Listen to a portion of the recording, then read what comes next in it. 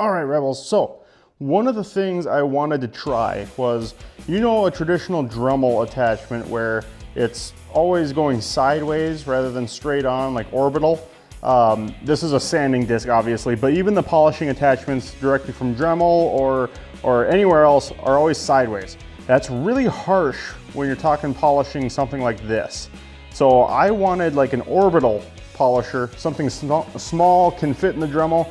And I found this on Amazon. It's actually a whole package of different grits and then also the cotton buffing wheel, which is awesome. I'm really looking forward to this. Same with a small cotton buffing wheel.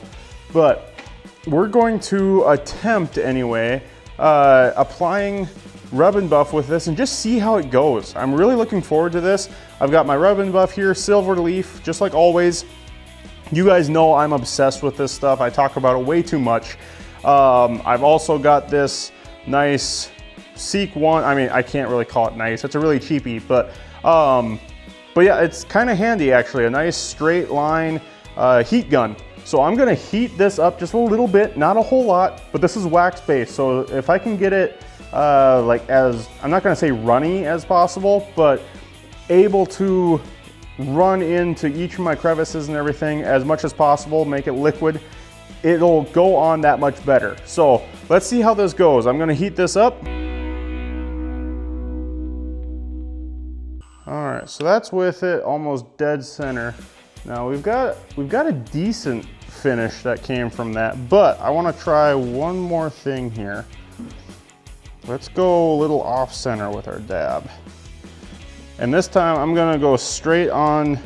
I don't recommend trying this unless it works, but I'm just gonna give it a shot here once. We're gonna, honestly, overall, I'm pretty happy with that. Now we're gonna try another method here once. We're going to get a little dab on paper towel. We're gonna polish some on ourselves, and then we're gonna polish it like once it's actually on the piece. We're gonna do a few different ways of doing this. I also want to try, let's try this cotton pad on here once.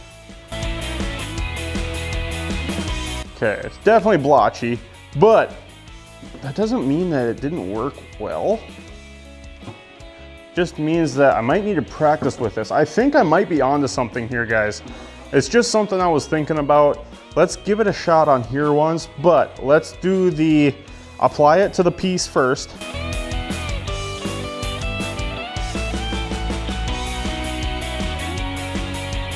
Okay, not bad, but definitely not the best I've seen though, out of rub and buff either. So, we're gonna give it another shot here in another spot. So what we're gonna do here, let's try one more thing here. We're gonna go up here. Okay, that's more of the finish that I'm going for. More of it. We can definitely see a lot of print lines because this is an area where I did not prep it very much at all as far as filling, but that's a much better effect and what I was going for.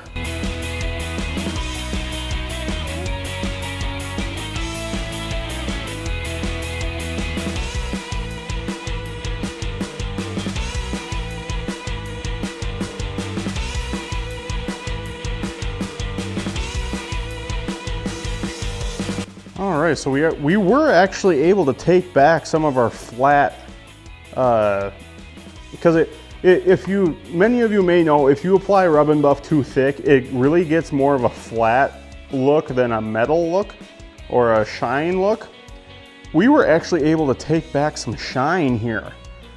This was applied way too thick. I knew that. I wanted to experiment with it, but we were able to go at this with my cordless Dremel here. I set it to just above 10, so like not quite 15, maybe this was 12, 13, right in there. So right there, a little bit faster than I would normally recommend, and then a little bit more pressure than I would normally recommend, but we were able to actually give this that signature rub and buff shine right here rather than that flat rub and buff look, which I think is phenomenal. I can't believe I was able to do that, guys. So I think the next move for this is to actually, like here on this, I need to get that flake off, there we go.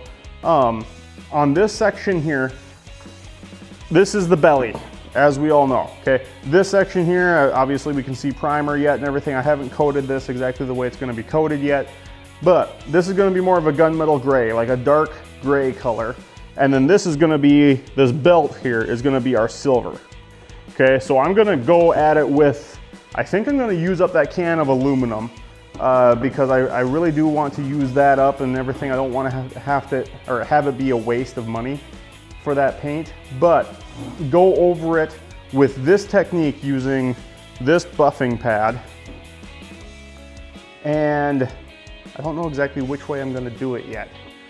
If I'm gonna put it on, I'll probably end up doing more like this, where I'll put it directly on the piece, heat it up probably, because I think that worked out pretty well. And then I'm not gonna have all these specks and everything that are gonna hold on to it. So it's not gonna look as speckly. Don't worry about that. But even if it does a little bit, it's not gonna show up nearly as bad because it's gonna be on something that's gray already or somewhat resembles the color. So I think, guys, I think this was a win. If I remember right, these pads were maybe 15 bucks. This heat gun, 100% worth it. You can set up this kickstand, set it on the table, hold stuff in front of it, and heat it up that way. And it also came with a roundabout nozzle as well. So for heat shrink and everything, you can actually just put the wire in there, heat shrink it up, and be all set to go from there. So, God dang it, guys. I'm actually really happy with that experiment. Let me know what you guys think. Would you use this way of applying rub and buff? Is there a better way that you can think of? Let me know down in the comments below. Now, actually, I was able to get everything filled and sanded. I need to go through with one more filling and sanding pass, but everything is primed and ready for the final pass of wet sanding. You can see here I am doing this on the body right now. Also, one night I got a little bit carried away and just had way too much fun kit bashing this old Plymouth Prowler kit that I had laying around that I was not gonna finish. Would you look at all of this? Woo-wee. Okay, Rebels, don't judge the messiness of the workspace. It's just always like this. I've just accepted it now. Anyway, we've got a bunch of hand pieces primed. We've got some arm and more hand pieces primed. We've got these all like spot puttied and ready to be primed. Well, not quite ready. I need to sand the spot putty yet and prime them. This one's already been primed and then re-spot puttied and then ready for another coat of primer. But I think the only thing we have left to do filler on, at least, is this piece right here on front and back. Otherwise, I mean, we've got pieces here on the cart, we've got pieces, or the body here, a piece up here, and yeah, no, I'll check in. I just wanted to update you guys because I'm getting ready to turn in for the night. It is almost midnight here at the moment. So, yeah, I'm gonna come back to this tomorrow and hopefully get everything primed and ready to go. All right, Rebels, I hope you had a wonderful Thanksgiving. We are here at my in-laws right now, just for Thanksgiving. Family, obviously a big part of this channel. Sorry, I've got little Rebel right behind the camera at the moment, so if it's shaky, that's why.